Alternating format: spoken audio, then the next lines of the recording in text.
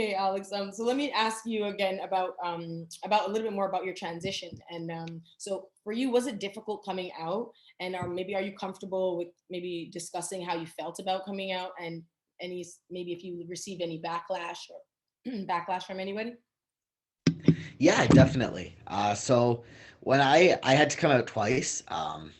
So this was my second time coming out because I came out as being a lesbian when I was identifying as female.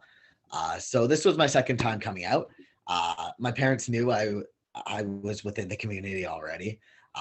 And it was, I remember I was so nervous. My hands were sweating. I felt like I was going to throw up, but I was okay. I remember I told my brother first, uh, just to see how he would react.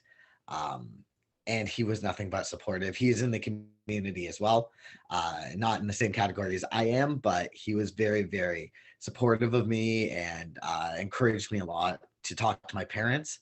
And I did. I came out. I said, "Mom, Dad, this is gonna sound really might sound weird to you, but it makes sense to me. But I'm a boy, and I always have been a boy, and I want to do something about this and become who I know I am." And my parents took it amazingly.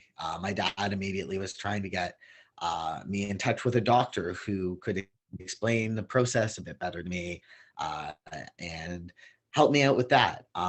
I've been in therapy for years. My therapist was awesome as well. She actually helped in referrals and stuff like that. And my mom has been by my side since day one.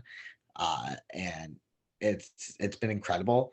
I haven't really I was one of the privileged one whose friends really changed with me, but I think we're seeing that more and more, right?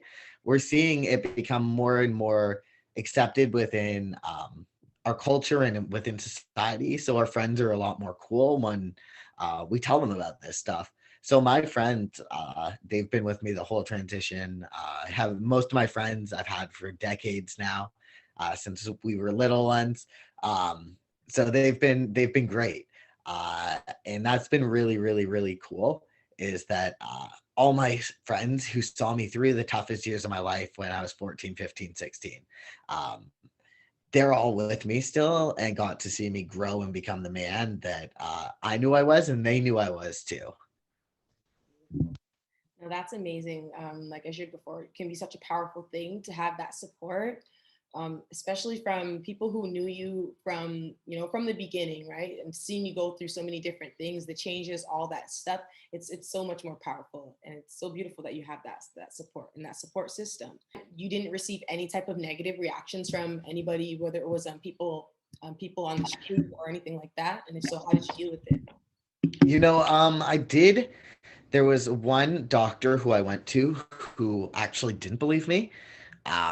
And I remember I left there with such a bad taste in my mouth that I didn't go back. And my mom didn't believe him either. I'm glad that I persisted. I went to another doctor who did believe me and pointed me in the right direction towards a specialist, transgender specialist. Uh, and but I handled that by just talking to my mom, talking to my friends.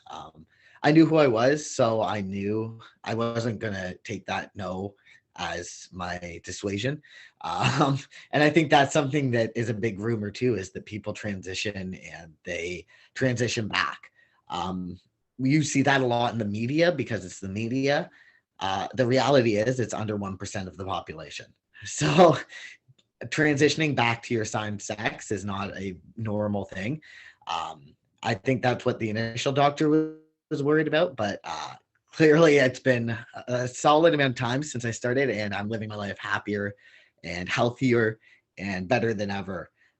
So I think fighting when you know, especially getting second opinions, even if it's not about this in general, and knowing, trusting that inner gut is really important. But for me, as for on the streets, I've always looked very masculine. So as soon as I cut my hair, I passed within society's eyes. So I just looked very, very young. I looked like I was about 12 years old when I was graduating high school. But yeah, I never really had any of that type of stuff. When I was at work, there was an incident uh, surrounding someone's identity and washrooms. Not this job, but a previous job. So there was an issue surrounding washrooms and identity and stuff like that. I didn't personally really feel comfortable coming out in that situation, just due to that happening.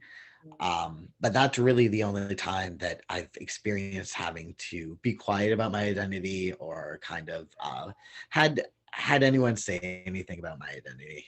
Right. I think two important themes there is like, you know what's best for you ultimately, right? And just like you said, sticking with it, fighting through it, getting a second opinion. I think that's really important. But then also you can, and just in the same, you can pick and choose. Just because you identify as whatever you identify doesn't mean that you always have to feel obligated to disclose that. It's your choice. So I think that's a very important point. And I think it's also important to bring up that not every transgender person seeks medical intervention. You can be transgender and not want to medically transition. There's nothing wrong with that. You can also experience no gender or every gender under the spectrum, and there's no issues with that. I think that's an important point to bring up, that it is so medical sometimes, but there are a lot of transgender people who can't medically transition or choose not to, and they're just as valid in their identities. Very great point. Very, very great point. If you want to hear more stories, don't forget to subscribe, comment, and like. To support more youth by youth led projects, visit us at youthspeak.ca, where you can donate and spread youth mental health awareness. YouthSpeak Performance Charity. Speak, inspire, change.